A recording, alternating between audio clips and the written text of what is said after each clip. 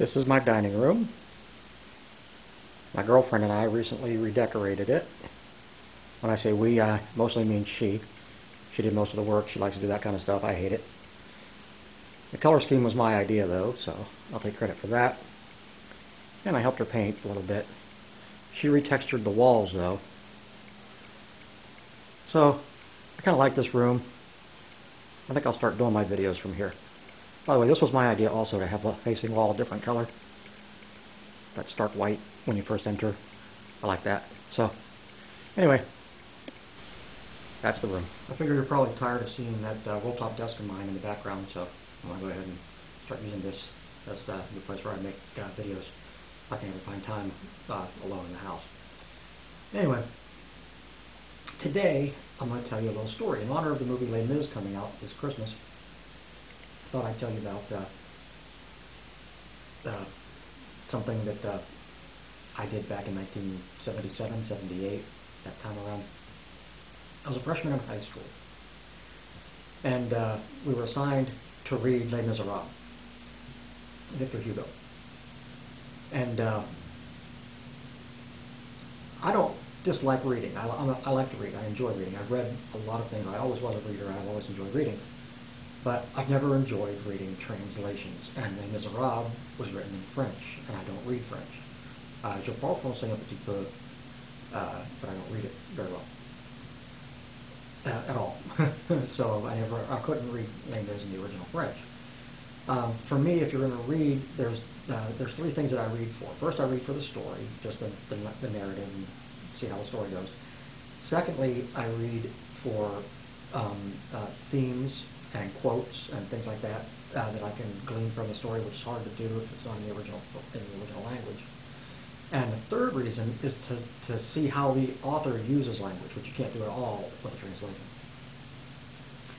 So, so I didn't really want to read Les Mis. So, but my teacher gave us a couple of options, which I think she was trying to be clever with these options. But, like, for example, you could write a play instead of take the test. And you could write a play and act it out, performing all the various roles from a one-man play, performing the various roles. But you would have to read the story in order to be able to do that. You couldn't really do that with the Cliff Notes, because she'd be able to tell you were doing that from just the Cliff Notes.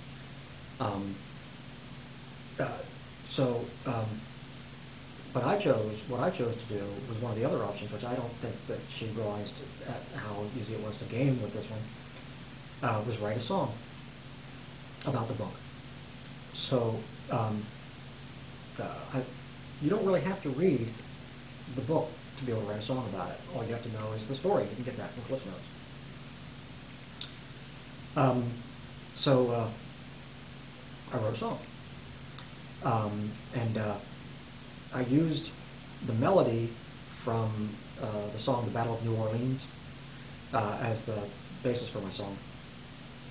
But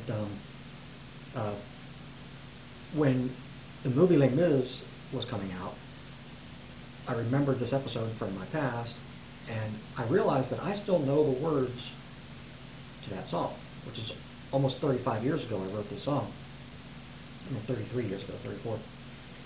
And so I wrote the musical version of Les Mis long before the version is coming out.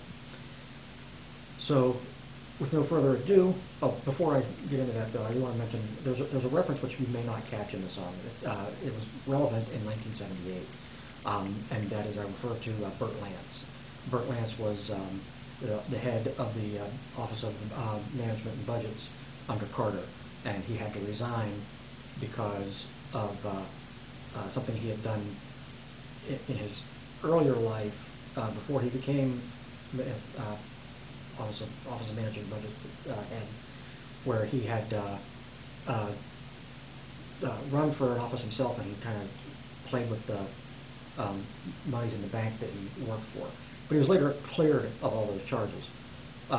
So I reference him in the song, Now You Know Who He Is. So with no further ado, the name is Circa 1978. Enjoy.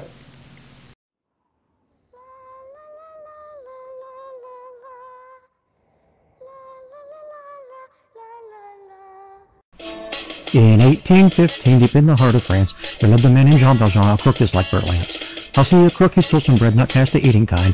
A man like this, the story goes, is very hard to find. He has a friend named Cosette, and they are on the run. Their life is mostly serious, very little of it is fun.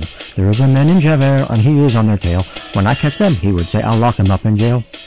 Now Javert has caught up with them, but he has set them free. So they'll be off and running, they'll cut town, they'll scream, they'll flee. Javert's life was chasing them, so he has killed himself. The moral of our story is, leave that bread on the baker's shelf. So is that an accurate portrayal of the story? I don't know, I told you I never read it. Anyway, thanks for watching.